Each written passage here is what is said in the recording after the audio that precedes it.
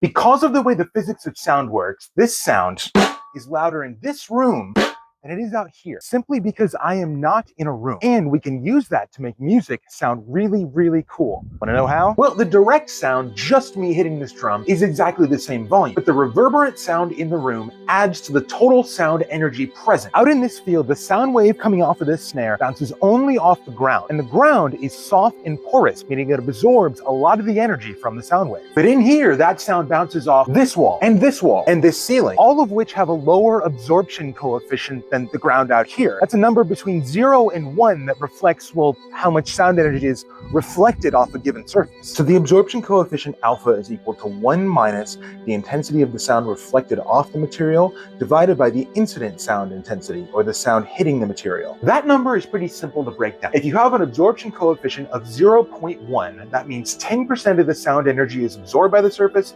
90% is reflected. If you have an absorption coefficient of 0.8, that means 80% is absorbed, 20% is reflected. So the lower the absorption coefficient, the more sound energy is reflected by that surface. So this field has a high absorption coefficient, and this basement, because of all the hard walls, has a low absorption coefficient. Out here, a lot of that sound energy just goes out into the ether, but in here, a ton of sound reflects back at the listener, meaning more sound energy reaches your ears. So indoor sound equals more total volume, even if the direct sound from the source is the same. So how can we use that science to make music sound cooler? Well, I mixed a song for the NYC band Archangel of the Wasteland, and when I got the drums and I heard them, I thought, I wish they were just being hit a little bit harder, but I couldn't go to them and say, hey, go back in, spend money on studio time and redo the drums. So what I did instead was, I took this PA speaker leading out of my tiny studio and into my larger basement. I set up 2 stereo microphones spaced apart in the basement. Then I played the original drum tracks through that speaker really, really loud into the basement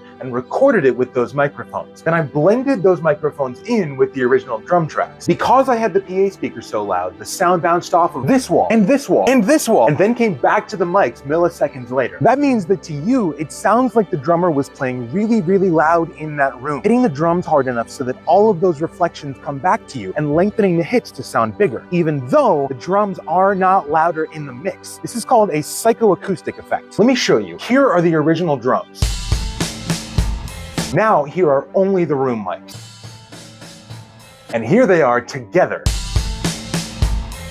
It's a really big difference, right? And all of this is why sound physics is really, really cool.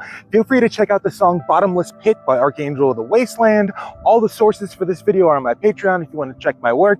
And thanks for watching. Have a good one.